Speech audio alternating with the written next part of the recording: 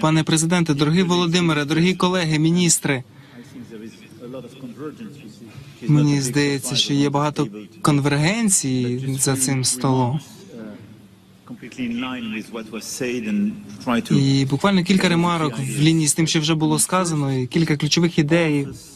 Перше, всі з нас віддані побудові сталого миру. Як вже було сказано кількома з вами, таким миром не може стати українська капітуляція. Ось чому передумовою є допомога Україні противитися такій ситуації, цій агресії, тому що є чіткий агресор та жертва. По-друге,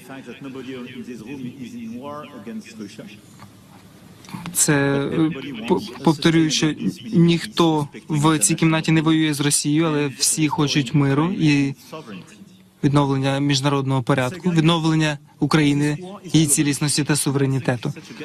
Ця війна є глобальним питанням, і я хочу привітати вашу участь та присутність. Це показує, що люди з усіх континентів зібралися тут, щоб підтримати мир в Україні, тому що на кону – це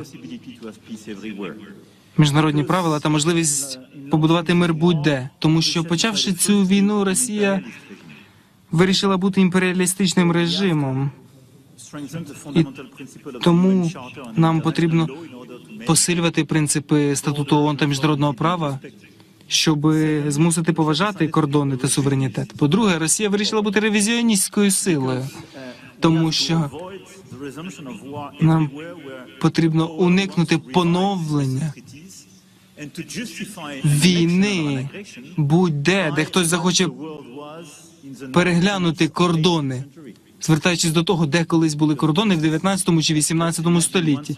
Тому що давайте просто уявимо всі за цим столом, що би сталося в такій ситуації, але це те, що вони роблять. Тому в такому контексті це є глобальним питанням.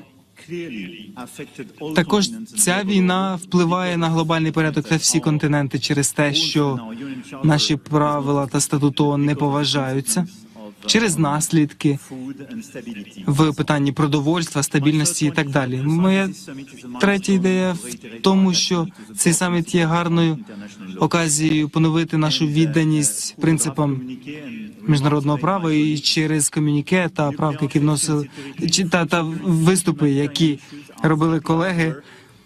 Повернення дітей, нуклеарна безпека, продовольча безпека є ключовими питаннями, навколо яких ми збираємо лідерів та країни з усього світу, щоб утвердити наш погляд, наше бачення. Я хочу наголосити на тому, що нам потрібно забезпечити безпеку на Запорізькій атомній станції.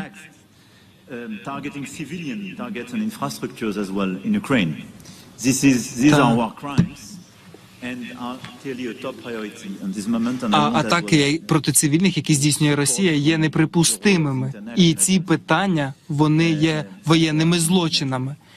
І я хочу заохотити та привітати діяльність МАГАТЕ. Окрім цих ініціатив, багато лідерів зазначали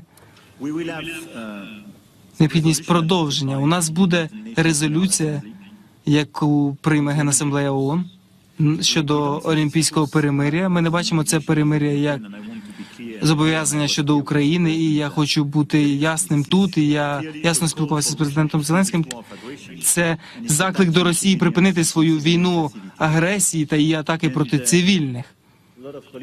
І багато лідерів паралельно вживають різних ініціатив, і мені здається, що посилення тиску в цьому контексті, щоб мати перемир'я з російського боку, є дуже важливим. Я пропоную, щоб паралельно ми разом будували продовження процесу, щоб розширити представництво держав у цьому процесі, щоб уникнути поділу світу та уникнути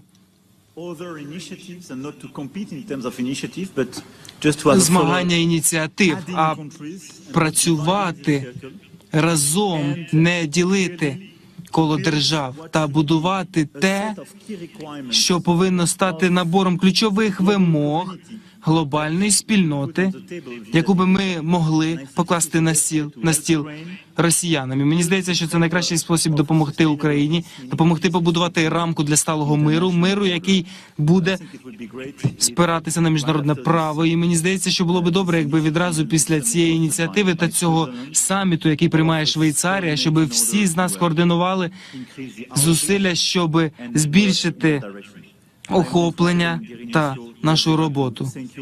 Я хочу подякувати, шановна Віоло, тобі за цю ініціативу і поновити запевнення у нашій підтримці президенту Зеленському та українському народу.